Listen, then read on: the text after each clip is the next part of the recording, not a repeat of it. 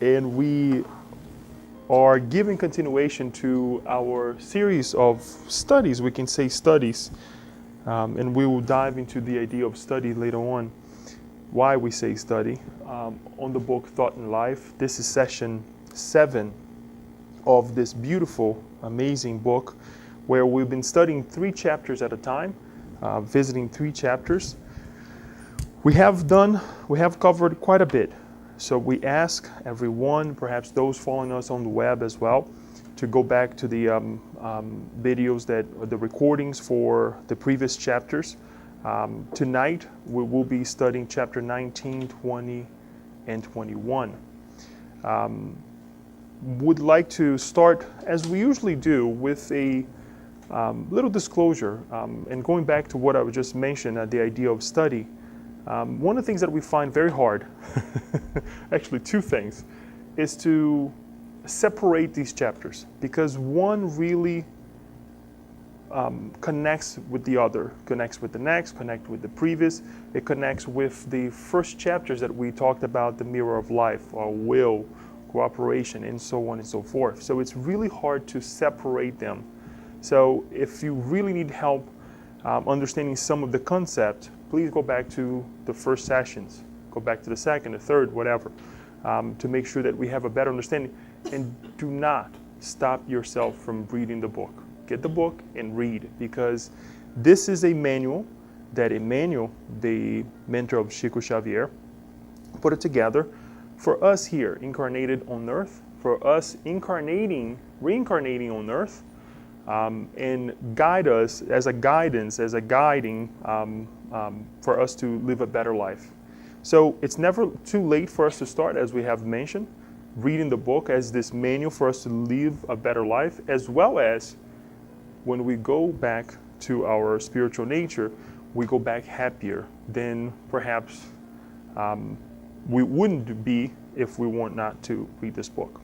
The second thing is when we go back and say this is more a study than anything else, it's because we bring a lot of text, and we say this with our hearts full of joy, and sometimes really saying, oh gosh, we're going to read. But it's really hard to put some things aside and not find it very important to share with one another, because every word, every sentence that Emmanuel brings has it's like a treasure hidden in somewhere that we find, and we want to share. We want to make sure that we bring that to one another. So going back to this, last time, to the list of chapters, last time we talked about the vocation, the profession, and society.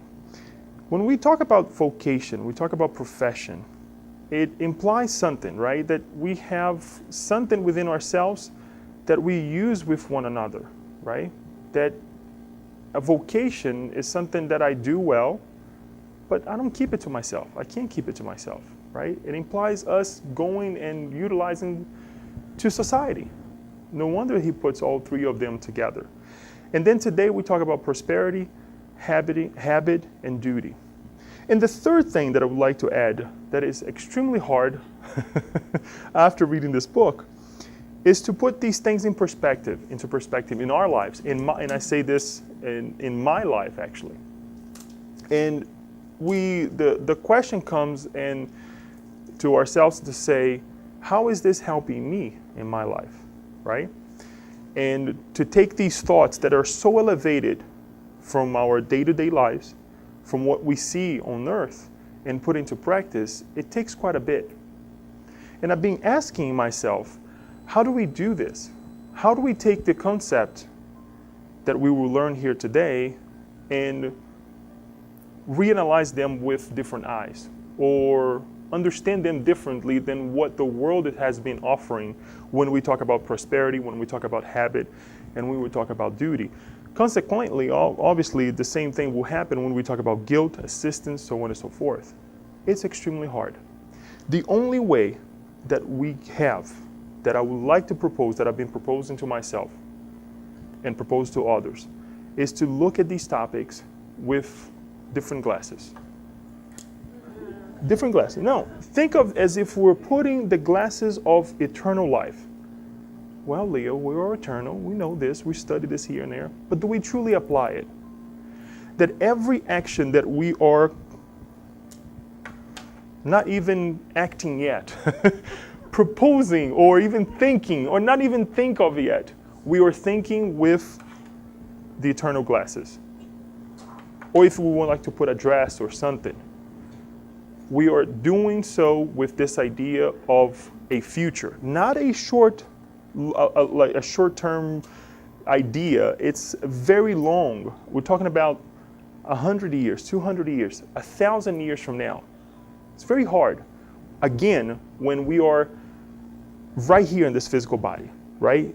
Encapsulated, like really, like sometimes there is not even a way for us to escape from our daily struggles.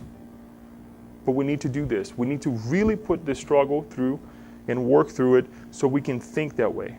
So tonight, I know it's a long disclosure, let us think with the idea of multiple lives, of eternal beings that we are, okay? Because when we think of prosperity, we think of what? Money. Right?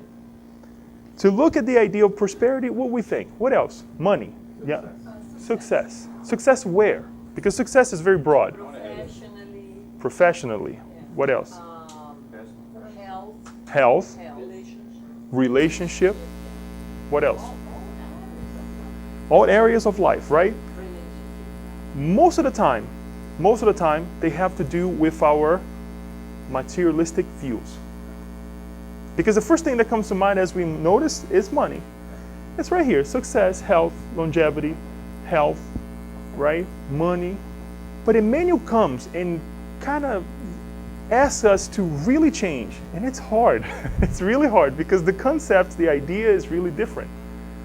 And we're being educated, we're being invited to change this perception of prosperity. So he says the following: prosperity on the earth generally means wealth and happiness. Many want to possess it so they can attain a prominent social status, authority, or power. People spend a great deal of energy during their lives to acquire advantages. Occasionally, the media reports those who study the occult as a way to obtain prosperity. There are millions of people today who seek after gold and prestige with the same eagerness of primitive people on a hunting expedition. In pursuing whatever he values in life, man mobilizes his mental energy, which stems from his emotions and desires.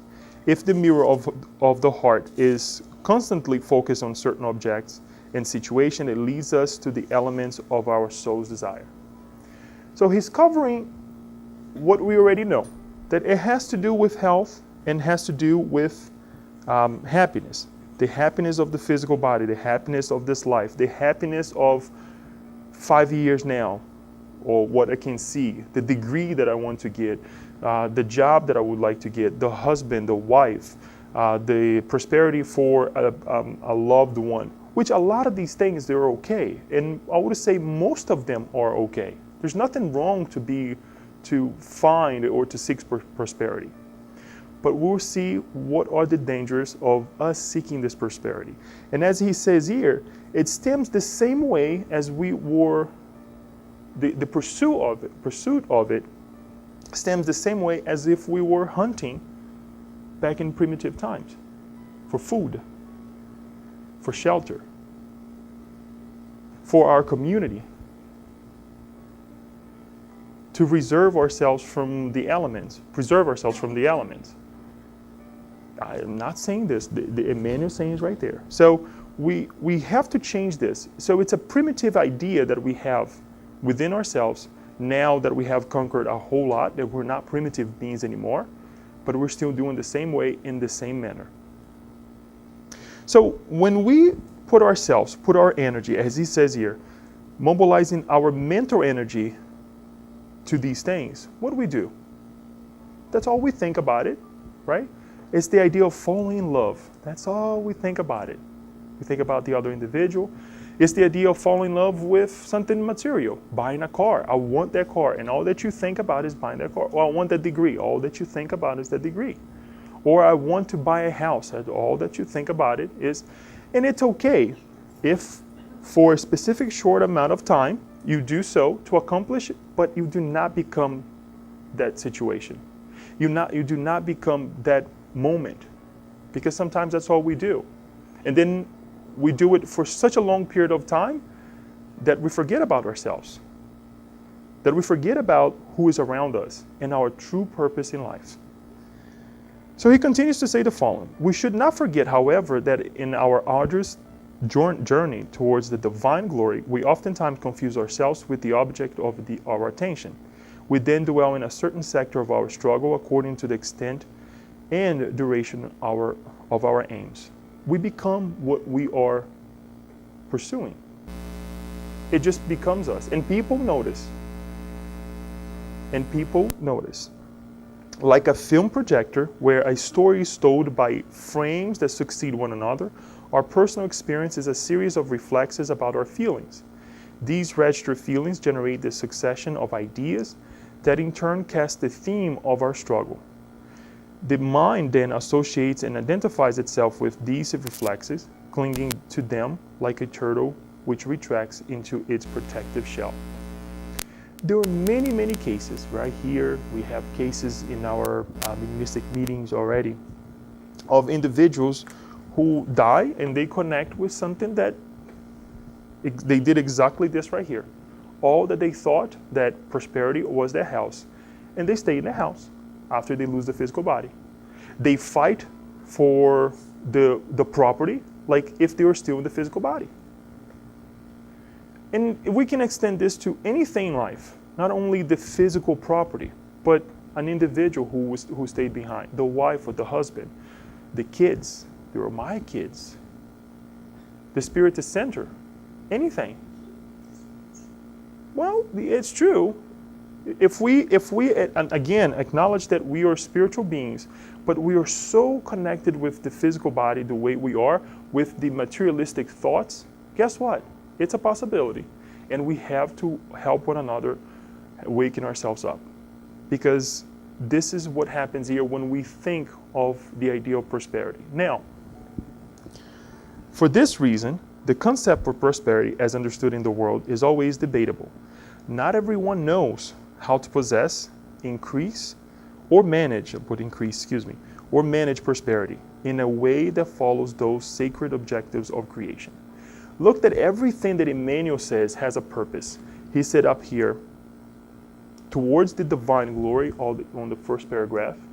Down here, he's talking about us not knowing how to manage these prosperity in a way that follows those sacred objectives of creation.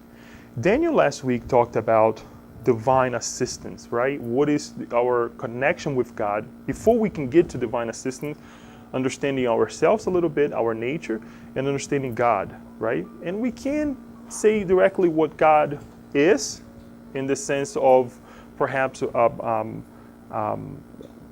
Jesus-like, a Christ-like spirit may understand.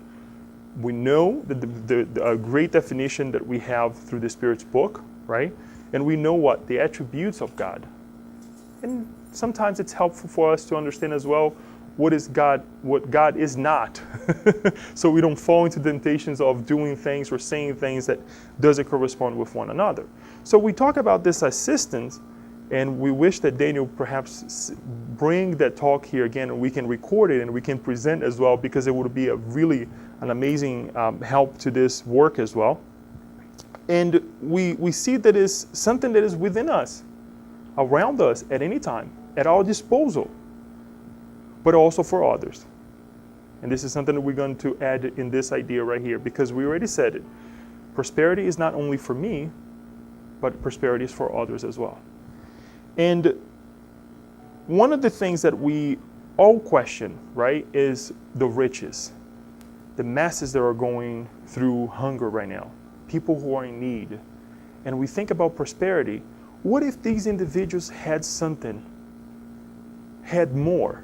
And I'm not saying that they should go through what they're going through, because if they're going through, if we're still a planet of trials and expiation, it's because of our pride.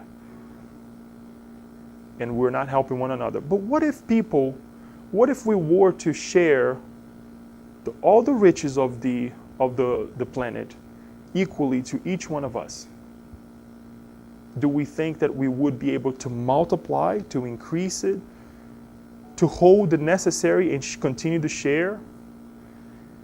Very likely not. I would say 90% of the time we would fail on how to handle the money that we receive. Just a thought for us. So we must have a purpose. Like everything in life, we must have a purpose. And Emmanuel says the following: there are many who continuously reflect upon ways to acquire wealth, and they succeed. However, if they do not employ wealth for the general good, they merely fall into their own pit until they decide to stop their greed. Many people today eagerly toil and crave personal prominence. They become renowned in the areas of science, religion, literature, and arts. But if they do not activate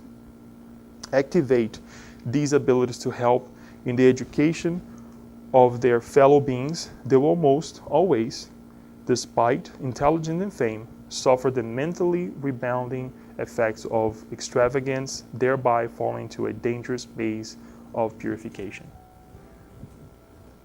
It's not just money. It's also these areas that he said here: science, religion, and everything else. There's got to be a purpose. If we want prosperity, prosperity for what? Well, what kind of prosperity? Because we notice here at the beginning of this chapter, discussing this chapter, that there are many areas. Prosperity for me will definitely be something completely different than prosperity is for Yasko, for Laura, right? So what am I going? What is my aim? And then what is the purpose? How am I going to use this? What are the benefits that not only me, but others as well will receive from this? This is the question that perhaps Emmanuel is asking us to really think about it and to multiply it with one another. To finalize this part, he says, that is why prosperity is more deplorable than material poverty itself.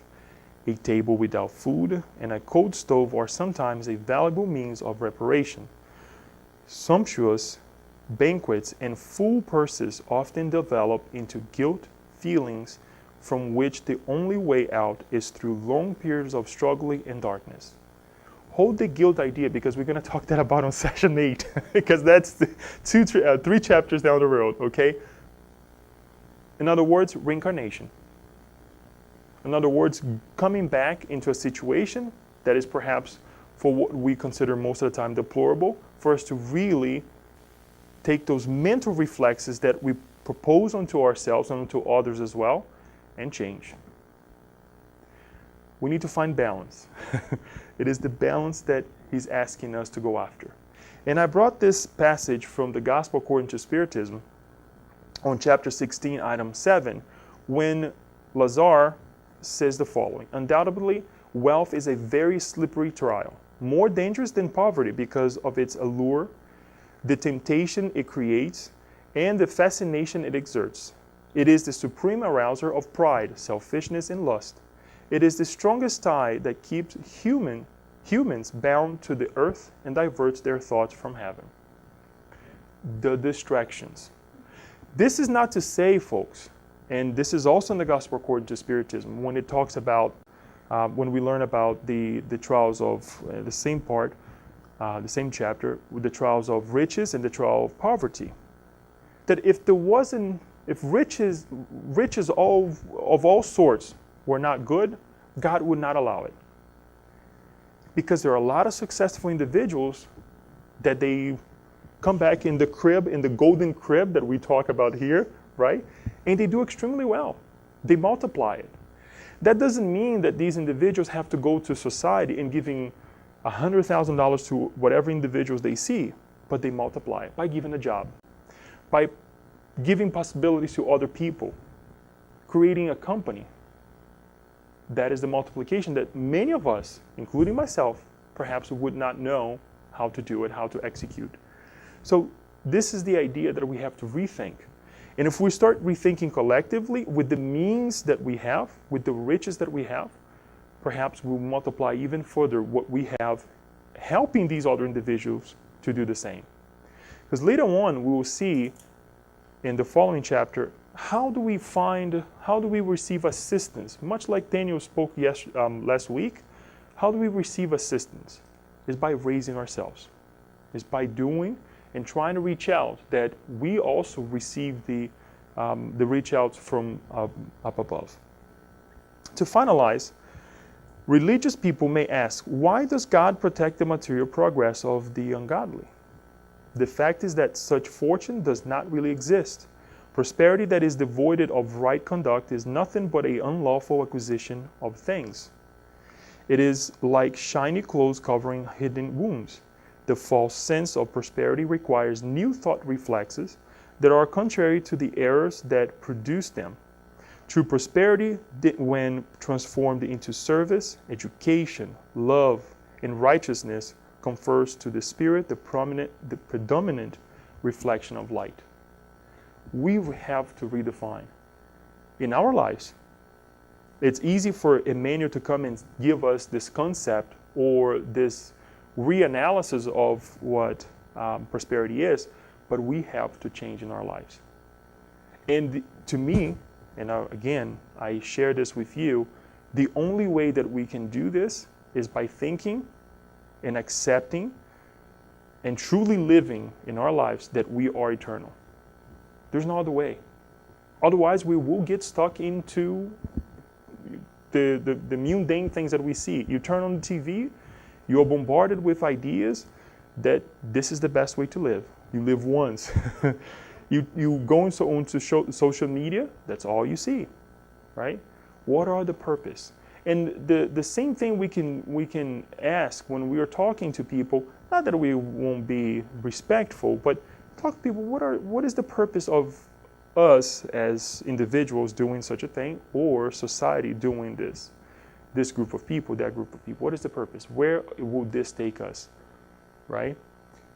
I am quite certain, as we were studying back on Thursday about worship, the law of worship, that God will find ways to lead us to the right place, right? We can run, we cannot hide, right? As much as we try to excuse ourselves, and we'll see this when we talk about duty, excuse ourselves from what we have to do, the true reasons why we're here, time will find us. That we have to go back and alleviate and do the things that we have to multiply the riches that we have. But why wait? Why wait? On this idea, we move on to our next chapter. Habit. Ha ha. Everybody's like, wow, habits. Good or bad, right? Are they good? Are they bad? What kind of habits are we developing? Developing habits. What are the old ones that we want to get rid of? Well, I don't have any. Good, but stay here with us still, okay? Stay here with us. We need to rethink about habits. And I'll bring the idea of purpose, and let's marinate on this idea, okay? Emmanuel says the following. Habit is the accumulation of mental reflexes whose function is to induce routine. I've heard something really interesting, because every time I hear, let me take a step back, every time I read and hear this idea of mental reflexes, right? I have to go back sometimes to the first chapters, first chapters of the book in general, and revisit this idea of mental reflexes. It's so, it's a new idea, and it's a refreshing idea, but it's still hard, right? Because we're emanating all the time. And we think that in order for me to emanate this idea or to send this reflex, I really have to say, okay, please give me the sun, give me the sun, give me the sun. No, I'm emanating just by the way I walk, just by the way I behave. And in the most subtle ways of our behaviors, we are emanating thoughts, we are emanating feelings. And I heard this thing that's extremely interesting, that every time we go back to this book, much like the codification and other books as well, this book has a kind of a quantum property that it multiplies, that every time you go back to a chapter, you're like, wait a minute, that wasn't there when I read it.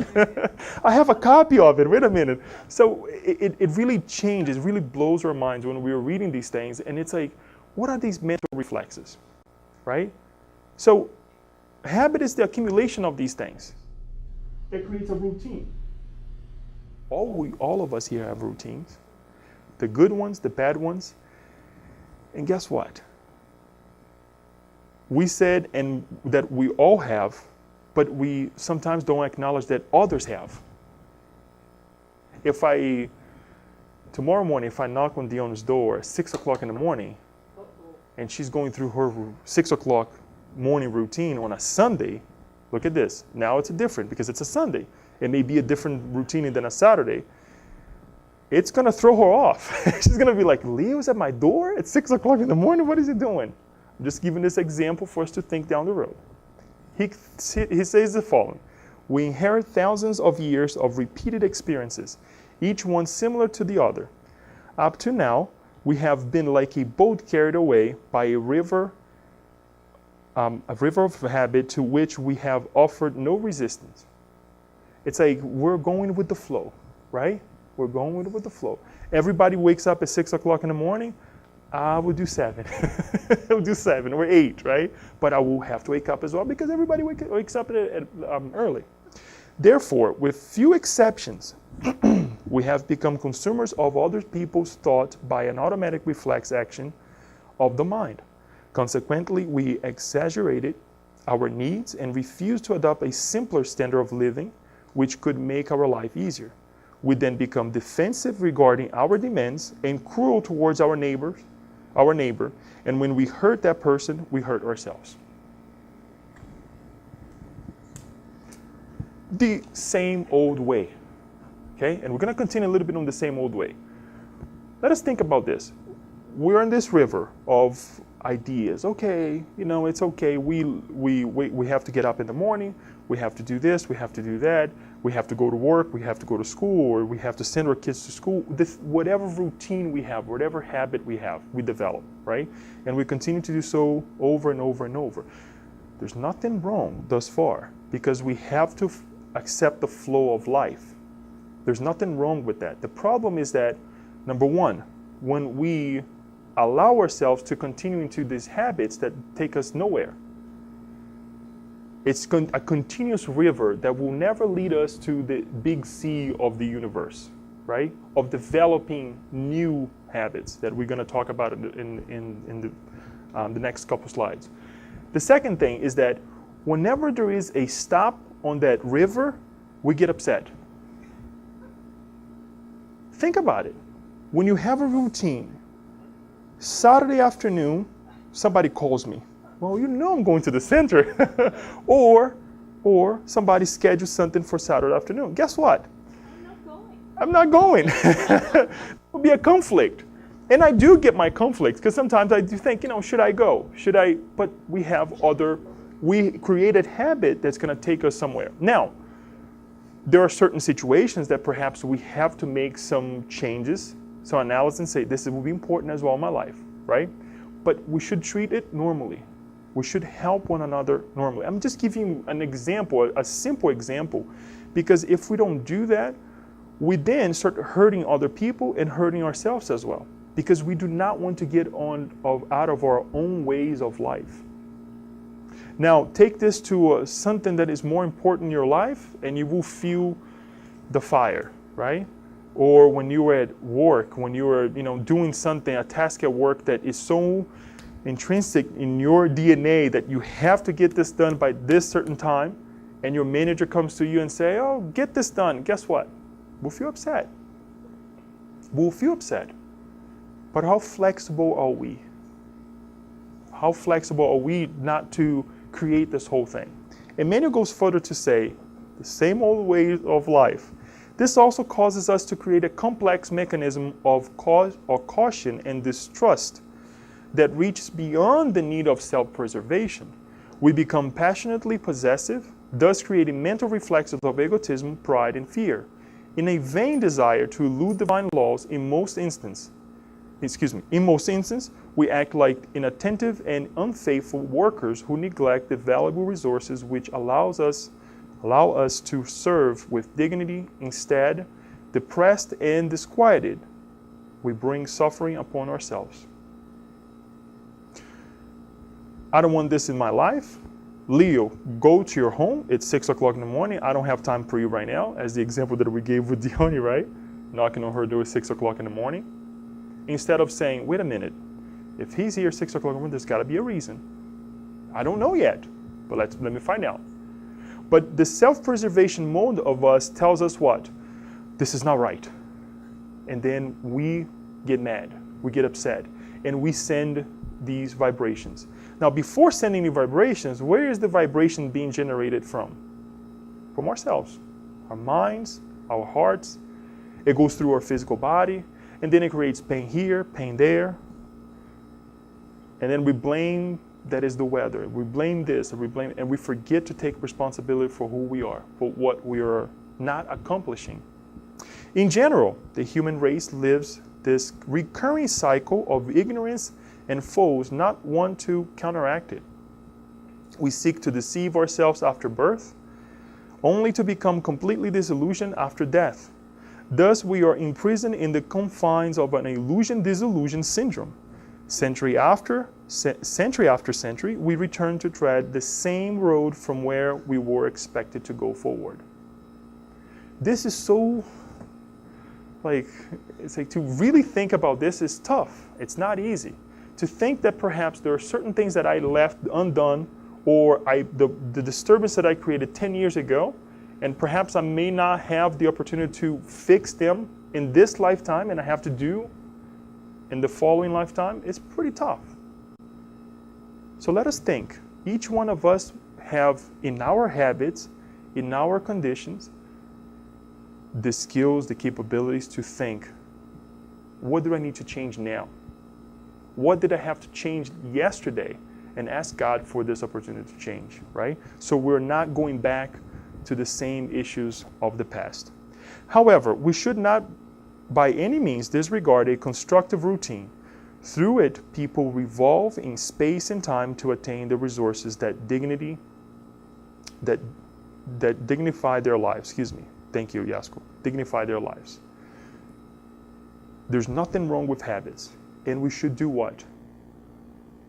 Create new habits, right? There's a starting point. We have to invite one another. We have to every morning say, let me do something different. This is the best way for us to wake up in every sense of the word. If you're feeling tired, do something that you never did. Scratch yourself with the other arm. Try to do something. You will see that your body will respond immediately saying, whoa, something different, right? That's why we say throw some cold water in your face, because you never throw cold water in your face. And when you do, you truly wake up. There are so many things that we can do to change and become better that will allow us to grow. When we think that we do that task so well, try to do it in a different way. Perfect it. And do it again, and do it again.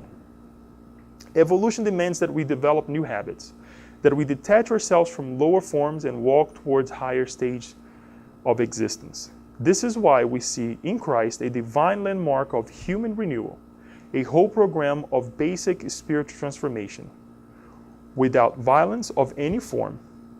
Look what he says. He altered the moral standards by which the earth had lived for several thousand years. He offered, number two, he offered the practice of forgiveness to replace systematic condemnation and to replace the usual racism. He offered the concept of genuine brotherhood to uplift sadness and discouragement. He gave us the Beatitudes as a comfort to the afflicted who know how to wait, and to the righteous who know how to suffer. Remember what we said about 1,000 years. Well, let's say 10 years, 50 years, 100 years, and 1,000 years. The idea of the future, of future lives, of eternity. Jesus didn't say, oh, this is only for 10 years from now. He changed the status quo for humanity, for what we're still trying to perfect in our daily lives. So we are being invited to do the same thing. So when we think about what is this new habit that I would like to start in my life or to begin in my life, think how much this will help you, not only the now and tomorrow, but 1,000 years from now.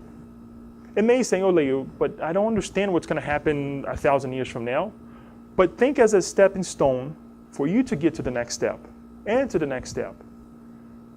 And guess what? Other people are watching. Perhaps people may need to know about your struggles.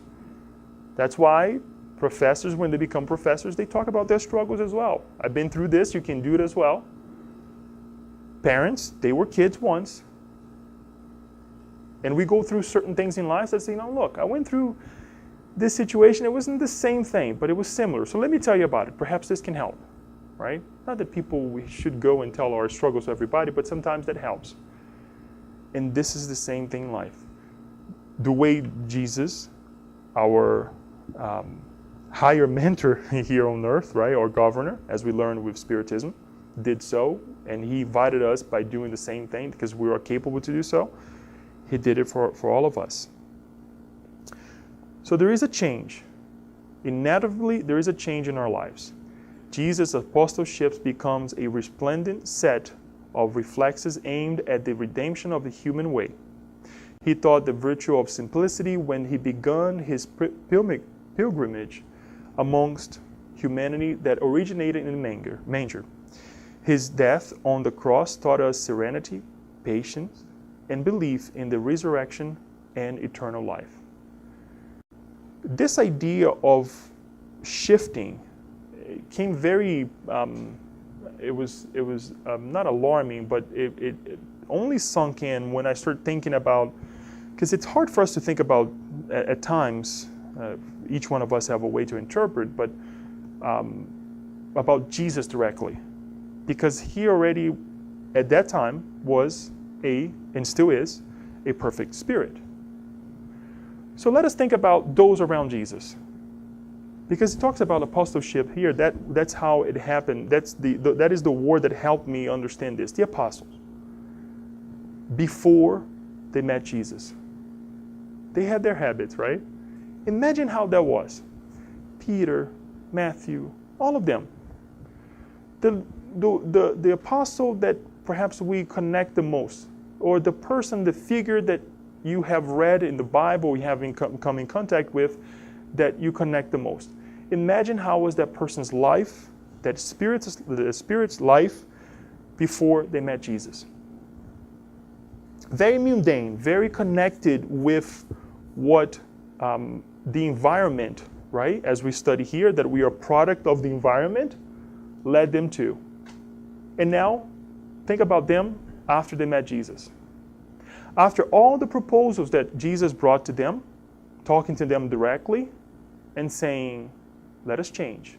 And there is something more that we cannot even grasp, right? Some of us can, to a certain degree, the vibrations that when the Master said something, right? That the life eternal, the idea of resurrection, that to them was the idea of the eternal life. That's why Emmanuel puts here the resurrection and eternal life, whichever way they accepted.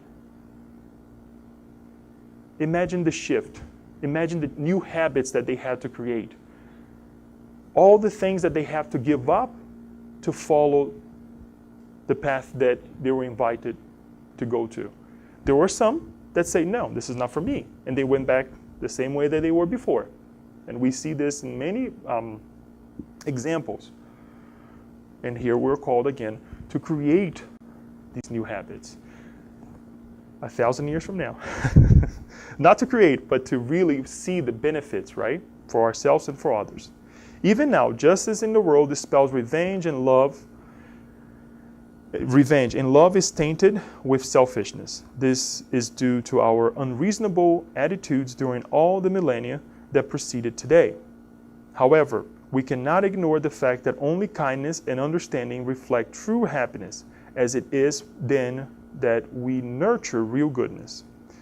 We have the obligation to educate ourselves and to serve, creating these everyday habits by cooperating in the safety and happiness of all beings, even at the cost of our own sacrifice. Not only for ourselves, but for others at our expenses. It's not going to be, it can't be the expenses of others, at our expense. If we have to say, I'm going to diminish myself to do for others, let us do so. With our hearts clean, not making sure that the right hand knows that the left hand is doing, but doing because we know it's the right thing. We know that tomorrow I don't have to go back and face what I left undone, or I did wrong in this path and this pathway. So this is the idea of habit. We can go on for hours talking about what we understand about habits in our lives now. Just by talking about our own habits, we can learn from one another, yes, but the idea here is for us to bring this shift, this reanalysis that Emmanuel is bringing to us about habits, right? And we move to a very dear topic in Spiritism as well, duty. What do you think, or what comes to mind when we hear the word duty? Obligations. Have to, okay. Responsibility, okay. What else? Work. Duty free, anybody? Right? Well, anything that comes to mind, it's okay. We hear the words, it's like, because I didn't know what it was when I heard when I was a kid. It was like, what is duty free? And I had to find out what is duty free. And then I learned the purpose of the idea of duty free as well. Why people paid more attention, all these things, right? So it's, and I think the kids also asked recently when we crossed the border. So it's one of those things that it's important for us to analyze, right? What is the concept? What is the connotation for me of this word idea, this idea of duty? And it is correct. Responsibility, liability, accountability, right? All the things that is there that we see. Duty also, depending in the area that you are, will have different meaning. But once again, Emmanuel from the spiritual realm is saying, wait a minute, that's the mundane idea of duty. Let us reanalyze this. He says the following: duty is defined by submission to certain principles established by divine wisdom as laws for our self-development. We see the what it is, right? And again, the purpose for our self-development. Without discipline, there can be no security. And we'll understand later on what he's trying to say. In the subatomic world, particles obey natural law. Likewise, constellations follow in unison with their celestial glory. People travel long distance through the air, far from their homes, yet they would not be able to do so without obedience to the laws that govern the movement of the airplane carrying them. We may then symbolically describe duty as a series of activities in the arena of goodness that the Supreme Lord gives us the responsibility to execute. This is done to uphold order and the advancement of His divine work and for own self-development. A lot, right? So let's break this down. We have responsibility. With what? We have to work. For what? For development, right? Evolution. Huh? Evolution, right? With the divine laws, right? Submitting yourself, this submission that many of us don't like the word submission because it puts us this way. It's not. It's the opposite. For someone who is flexible enough to work with what he has in his hand or she has in his hand, it's much greater than someone who can and will work only with the abundance of life. It's very hard when you have little and you multiply the little, right? It's easier for you to multiply millions. The interest that you're going to apply to the millions, it's going to give you more money, right? In the financial world. And that it's with anything in life. So we have to have the discipline in both ways. In both ways. The same way the subatomic world followed this idea, and the greater things of the universe also follow this idea, we have to follow this idea. When he's talking about the airplane, and I like this idea of the airplane because it's easy for us to grasp. How does the airplane takes off? Law of gravity and dynamics, right? So you have the turbines that is really pushing the airplane, right, straight forward, right? And the dynamics of the wings creates what? Lift, right? And then you have the rudders and you have everything else. There is a law. It's not that we're breaking the physical law, but we are using what we have with our intention and our intelligence to put that huge thing in the air, and it stays in the air. And if you were to ask, let's say, any airplane right now that has about 100 to 200 individuals in there, they'll probably say, oh, I don't know. It's supernatural. I paid a ticket. I'm here, right? But there is a law that they're not breaking. They're working with. And this is just amazing because we do this in our lives day in and day out. We work with what we have. I have this physical body that many of us may say, oh, it's a good body, but I know my difficulties, that each one of us also have our difficulties with the physical body. We work with what we have. The husband that the neighbor has, the wife, the car, the so on, the kids, and then it goes on and on and on. We took from the airplane, right, that we were able to create these beautiful machines, the turbines, to pull the huge airplane. We create this beautiful wing that some of them, obviously part of it moves, and we bring the airplane up and we're flying. And we don't know. And sometimes we're in this idea as well, and we forget what we have around ourselves. So what is my duty? What do I have to submit to within the environment to make it better, to make all us fly together and glide through the air? That is the idea that he's trying to bring to us of duty. If you want to read more, and we're gonna, I'll bring the chapter soon. There is a passage on the Gospel according to Spiritism that talks about duty in this revolutionary way as well of eternity, right? But let us remember this submission to certain principles established by divine wisdom as laws for our self-development. Look at the purpose. Each intelligent consciousness may be compared to a ray in the sphere of life, evolving from the surface to the center. Its obligation is to respect, promote, facilitate, and support the common good, a spontaneous attitude that will receive the natural help of all who have benefited from its sympathetic gestures and cooperation. Each spirit shapes its own reflexes wherever it may be, thereby disposing itself to receiving reflexes of the more enlightened minds, which in turn will lead it to contemplate broader horizons toward progress and to acquire the higher values of life. So, by fulfilling our mortal duty, to which we are continually altered by our conscience, we both project our best and receive the best of others. Give and take, give and take. Let's go back to the first part, the first paragraph there that we bring in this slide. And one of the things that I want to highlight real quick is, and Emmanuel acknowledged this idea of the evolving from the surface to the within, that we always try to go back. It's okay, that's how we shape ourselves, right? We identify beauty, we copy. In many ways, even the women and the guys combing their hair, whatever way. We see something that we symmetrical. We follow the symmetrical shapes. We follow what we identify as being beautiful, right? As as connecting with the things of the past that perhaps brings us joy.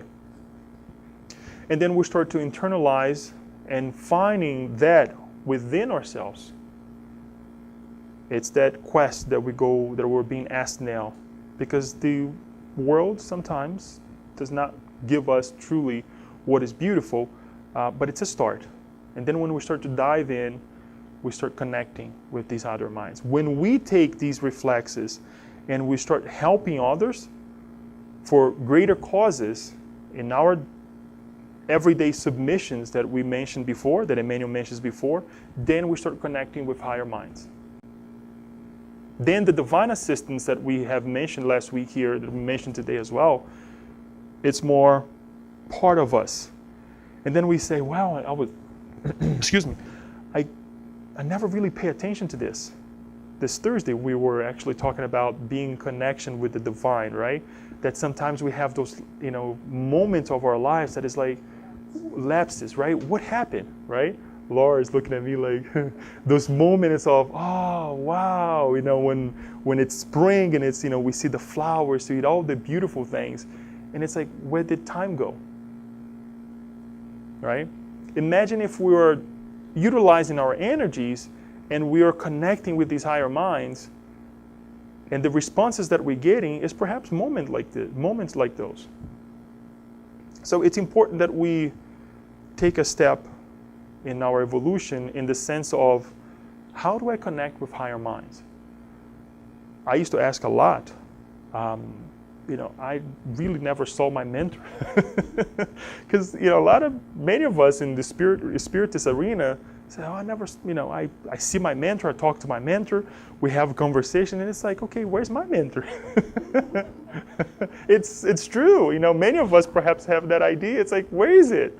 Where is this person? I want to meet him. What's the name? And what does it look like? Right? And it's okay to really go into that quest if it doesn't disturb you in any way. But how do I get to connect with that higher mind?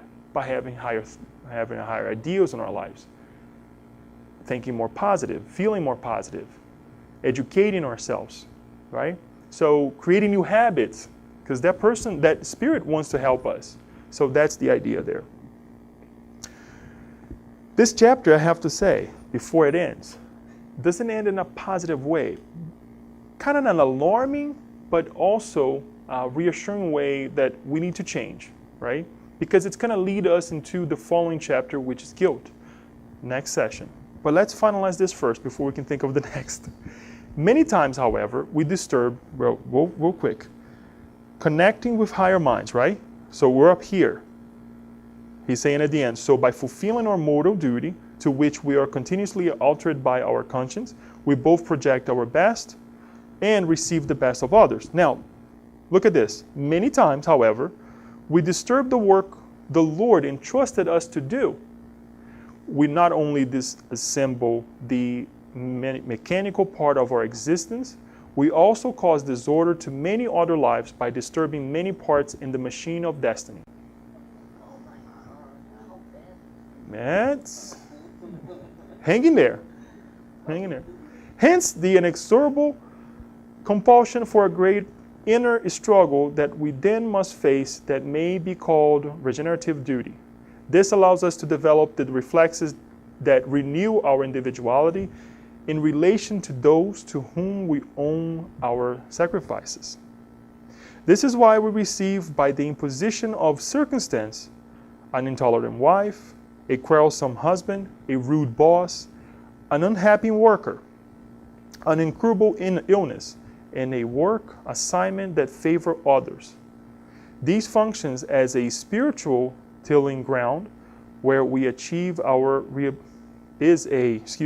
spiritual ground where we achieve our rehabilitation through hard work. Consequence. The consequences of not doing the things that we're supposed to do. So it's important that we look at the the environment around us and we see the struggles, we acknowledge, because nobody's here to say that it's easy, but this is what we have to work with. If God is giving me a little Cessna to fly, guess what? let us fly. If I've been given an Airbus to, put up there, guess what? It's not going to be easier. It's going to be much harder, more fuel, all those things. So don't think that the bigger, spacious airplane, it's not the easy road. It's probably much harder, right?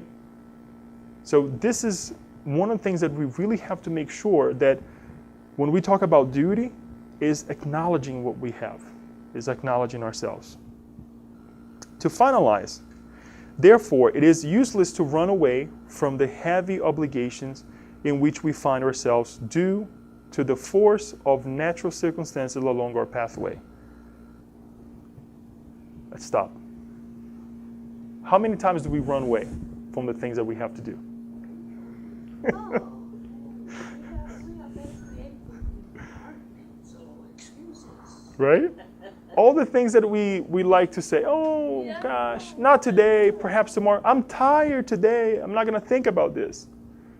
Well, if we had perhaps planned in our prosperity, right, to say, I don't want to go through this, or if I find these roadblocks, I'm going to, creating the habits, look how one thing leads to the other, creating the habits to say, this will be for me to get better, and for those around me and a group of people, and then that will hopefully extend through the good habits of these individuals as well. Perhaps we're not going to have issues or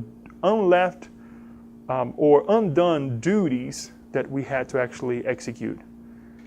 And we don't have to tell ourselves, look, Leo, not right now. Don't worry about this now. Worry about this in the future. And we postpone. Second thing, how many family members, friends, or even people who to test us come to us and say, don't worry about this now. It's going to be okay. Give yourself a break. It happens, right?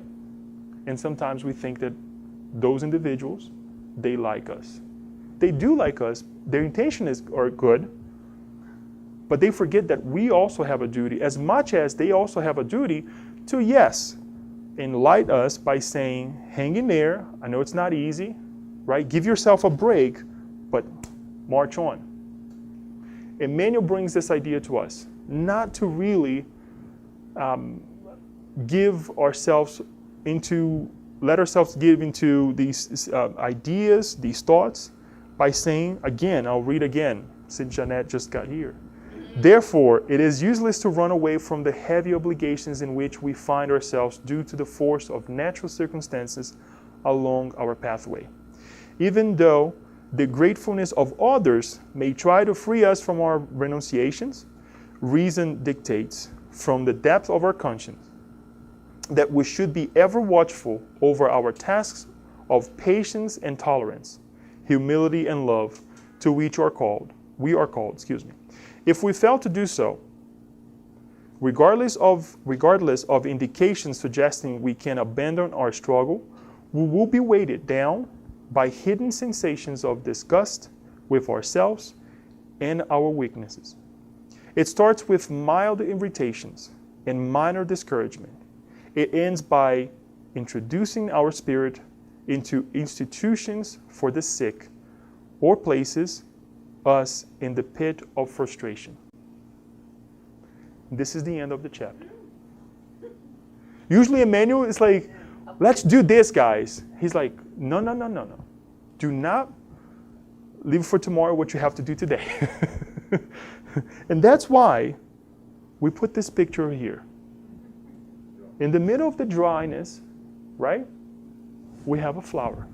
Did the work, came out. Utilize the water that is on the ground. The environment is perhaps really tough outside, but has the light outside. I can take the light, right? The water is down there, I'll grab the water from down there. It's not on top, I'll get it. Whatever. It's there. And how many struggles we see like this day in and day out in our lives from other people. Examples of life, right? So we have to be really on guard of these things in our lives, especially when it comes down to the things that it's our duty. It's the difficult, again, co-worker, the difficult family member. We're all there. We're all on both sides of the story many times in our lives. In this lifetime, imagine what we have done in the past.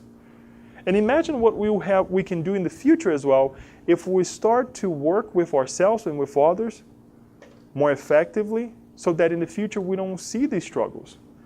The land will be a little bit more wet, like we see the rain now coming down, helping us out. Paula was saying that the plants will be happy, they will be smiling, right, with all the rain that we're getting now. So it's important for us to acknowledge our environment. Bless the rain, bless the sun, bless the difficulty, bless the scarcity that we have within one another, right, between ourselves. Bless the abundance, but let us use it wisely. So this is the idea that we have for these 3 chapters. We again ask everyone to read, to really go after the book and read, and make sure that you really come with your conclusions. Come to me, Leo, I understood this differently. We'll go and work together. Next time, since we finished this idea of duty in an alerting way, right? We'll talk about guilt, which is not as bad as we think. I'll leave it at that. Yes, guilt is not as bad as we think. Assistance and humility as well. With no further ado, I would like to open for questions, for comments that we may have about these 3 amazing chapters that we just went through.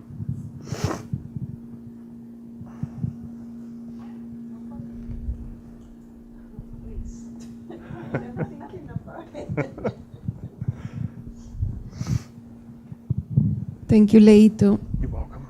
In regard of chapter 20 about habit, when you were doing the presentation, I was remembering a talk that Raul Teixeira, he did years ago here at the SSB about habits, natural tendencies. Mm-hmm. And he said that in order for us to develop goodness and to surrender, to submit to God's laws, we need to create the habit of doing. So first of all, we force ourselves to do something, right? In order to create a habit. It's when we are teaching a kid, a little one, to create the habit of brushing their teeth after breakfast, just to say something simple. Right. And the more you practice, first it's like an obligation. Somebody needs to remind you, somebody needs to push you, somebody needs to tell you. After years of practice, hopefully, you will do it by yourself. And then after that, you just master that. And it's so natural that you just brush your teeth after breakfast, just to say something simple. So with moral development, it's basically the same. That's what he said. And I remember when he said, we start pushing ourselves toward godness. We need somebody to remind us. Then it becomes a habit, and then it's a natural tendency. And that is why we see people like today we were watching the movie Mother Teresa again, and it seems so natural for her to help others, to serve others without distinction of religion or race or ethnicity. And it was very natural in her. It's very likely like she created a habit through thousands of years. So hopefully it become being good in the sense with uppercase is a matter of continuous practicing goodness, so then it will become something natural. Thank you. It is true. It takes time. It takes dedication. It takes us leaving the old behind and trying new things, exposing ourselves and doing all kinds of things. It depends on the arena and what we're going after. But it's definitely a repetition. One of the things that I like to add to that comment is, as we were studying this idea of habit as well, we see the shift with kids, right? Where kids are, for the first 12 years, that pre-adolescence, it's all good. So they kind of tend to go with the flow with what we're proposing. And then all of a sudden it's like, boom. Where does that come from? The spirit naturally is truly reincarnated now, right? Bringing all the things that we went through this, that we bring from past lives. It's this expulsion, or it's this all the bad habits that we have done for thousands and thousands of years coming out full and alive now, right? So we see the shift. And this is an example of what you just said, that we then have to say, wait a minute, this is what I've been bringing with me. This is what you're bringing with you. Let's go ahead and try to do this in this way. It's taking our energy, right, and put into a different direction and with a different tonality as well, right? Let's not put too much in this arena. Let's go this way, let's go there. So we help one another. Like you said, we need to be reminded. Even after that adolescent year, right? We see sometimes ourselves saying, I will not change this. And then guess what? Life invites us to do so, to change in a way that is not so pleasant, but we do change. And we create new habits because it hurts. It hurts. And if we can connect with one another, it's through pain. Perhaps the pain may be felt a little bit different, but pain is pain. And then we change. Yasko. I was thinking about prosperity. This has been with us since we start to live in group, most likely, take advantage of the cooperation, but then try to take advantage of other people, and do something bad. So I was thinking, did the prosperity also evolve through this thousands and thousands of years?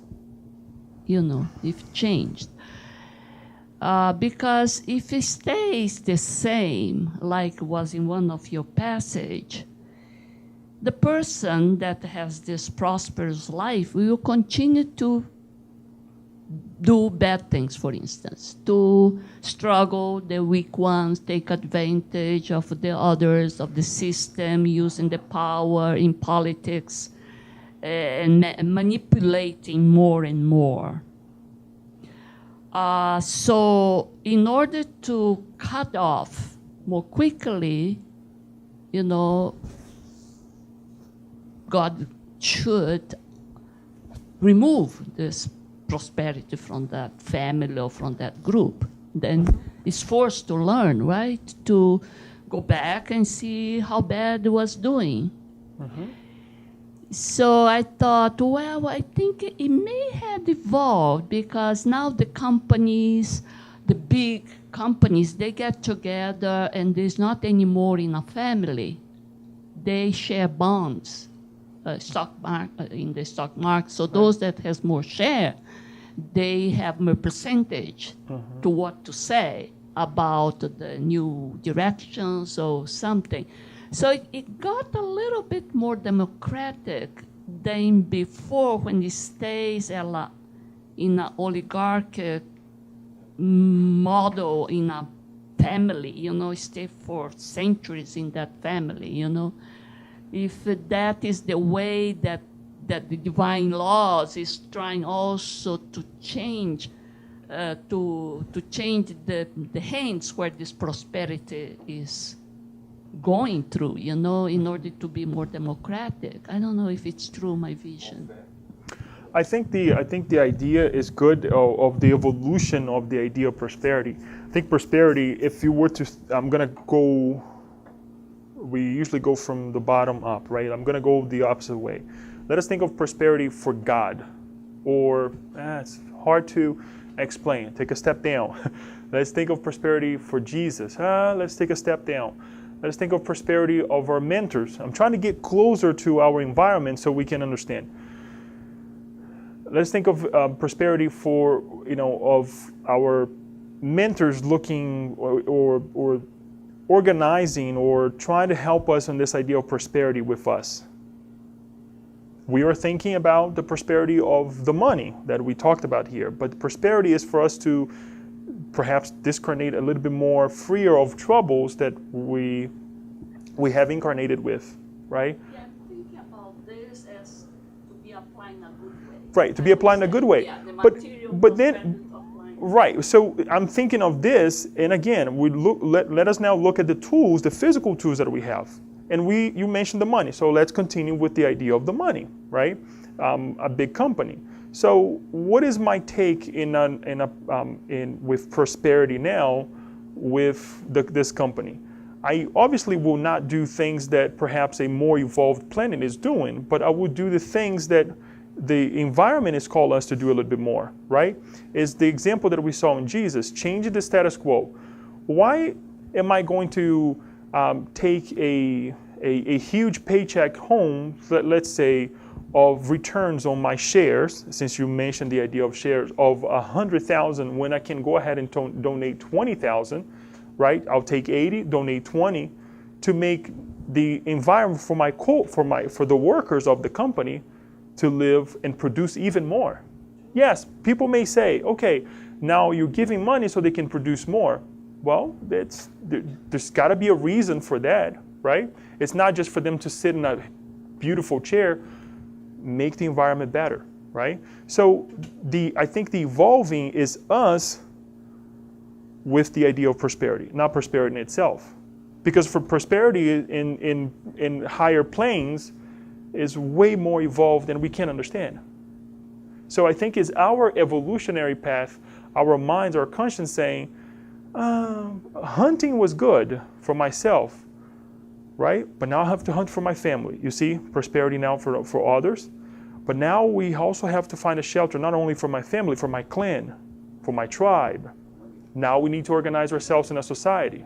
And prosperity my perception as a spirit towards prosperity is different. But this is a good point because everything evolves. Not only this idea of prosperity, but everything as well. And to acknowledge something else that you said, I do not know, and I don't think we know, the ways that God helps regenerating ourselves. But one, and we're going to talk in the next session, is right here. It's guilt. We do the wrong things in life. We stop, reflect, we feel guilty, and then we're like, oh gosh, I need to change this. And then we reincarnate. Instead of being that individual who took for themselves and for their families, now I want to distribute this a little bit better. And then the following reincarnation, we do also the same. Good point. Laura. Thank you. Thank you. Well, when I think of these topics, the first thing that people talk about are behaviors, like developing habits or behaviors, or when you talk about prosperity, you're sharing or whatever, they're all behaviors. The title of the book is Thought and Life. And underneath all those behaviors are our thoughts. Right. And controlling our thoughts, well, for me, it's really hard. And I've been reading this book in the morning, and this morning I said, I'm just going to have elevating thoughts. I'm going to use my words only to make sure that I'm elevating others. And the first thing I did after I said that was I talked in a disparaging way about my advisor at school. And I thought, oh my goodness. I just did it. It's the opposite. Right. Elevating, using my thoughts to elevate others. And so I just wanted to mention how hard that is. It is. And you really always have to notice it and be aware of your thoughts. Right. So the title of the book, Thought and Life, is so appropriate. Thank you. It is true. It is true. That's why I went through the disclosure at the beginning to say it's not easy, and we will fall into the struggles of like, oh gosh, here again, I did it again. I was thinking about the prosperity in a completely mundane way, and we make the adjustments, right? And the invitation again is for us to be the evolutionary being that we can never forget that we are. That whatever I do now have consequences. Whatever I don't do will have consequences, right? So we need to change. Thank you. Actually, that's a nice lead into how I was thinking. What I like about this chapter on duty is this concept of regenerative duty. To me, that's a new twist on suffering. They give the examples of, the wife or husband who's difficult to live with, the boss who's rude, the unhappy coworker. So what our mind immediately does is says, there's something wrong with that person, or, I don't really want to have to deal with this. But when we understand, I have to then shift my reaction, which is an automatic mental reflex from the many lifetimes. I have to go, wow, a chance to grow. I am going. It sounds so cheesy, but it is true, right? I am going to develop a new understanding and reflex here. Right. So I just thank you for the new words. I'm going to substitute regenerative Perfect. duty for Thank suffering. you. Thank you, Emmanuel. So it is true, guys, because I wanted to correct something real quick. The message the part of the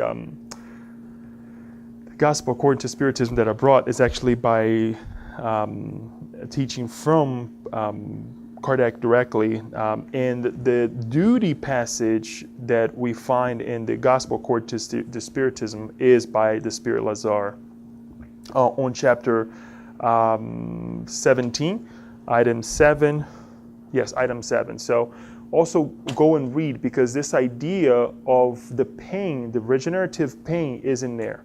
That he talks about this moment that is so difficult, right? That really marks our lives. And at times leaves a scar. It does. And we will remember that for ages to come. We will tell our grandkids, I remember this time. And it's like, and then the kids are like, yeah, here it comes again. I already do that with my kids. I remember this time. And they're like, here he comes again, So it is true that it is a moment for us to change. It's not easy. Nobody's saying that it's easy. And I think this is the most inviting aspect of our evolutionary path, that when we come together and we share these things in a positive way. The worst thing is when you ask somebody, how are you doing? And they say the negative things, but they say in a negative way, right? It's like, oh Lord, why have I asked this? But it's like, look, it's tough, but we're getting there, right? And then you say, well, wait a minute, it's tough, but we're getting there. How? Tell me how, because I want to learn, right?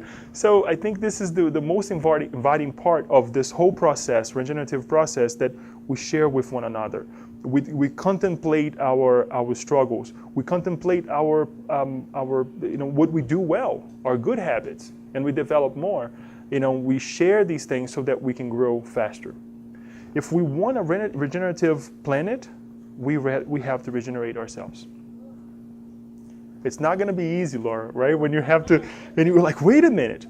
But the way that it works for me, and I share at the beginning, I'll share again, is to think that we're millenary spirits. And that helps, because I don't want my thoughts, right? Or the conjunction of mental reflexes that I have within me now to hurt me in the future. So I want to change it now, right? I love to give this example of being the third child of the family. Did I suffer? Yes, I did. But there were a lot of mistakes that my older brothers did that I said, I don't want Donna Flavia, how we actually call my mother, to come after me, and she's gonna use that. Your brother was already went through this. So it was the most amazing thing, one of the most amazing things of my life, to be the third son, because I saw some of their mistakes. You learn. normal mistakes, and I learn with it. And this is an invitation for all of us, not only in the individual arena, but also collective. What that individual is doing, I'm not going to do it. What that society is doing, I will try my best to help the society that I live in not to do the same. And then also transfer that to the positive way. The good things that they did, I need to do it as well. I need to multiply it. They gave me the example. As well as the good things that we are living in our societies, we need to multiply it. So we thank you again for bearing with us, a little over than what we thought. But next chapters, guilt, assistance, and humility. Thank you so much. And we would like to go through our visualization tonight and close our evening as well.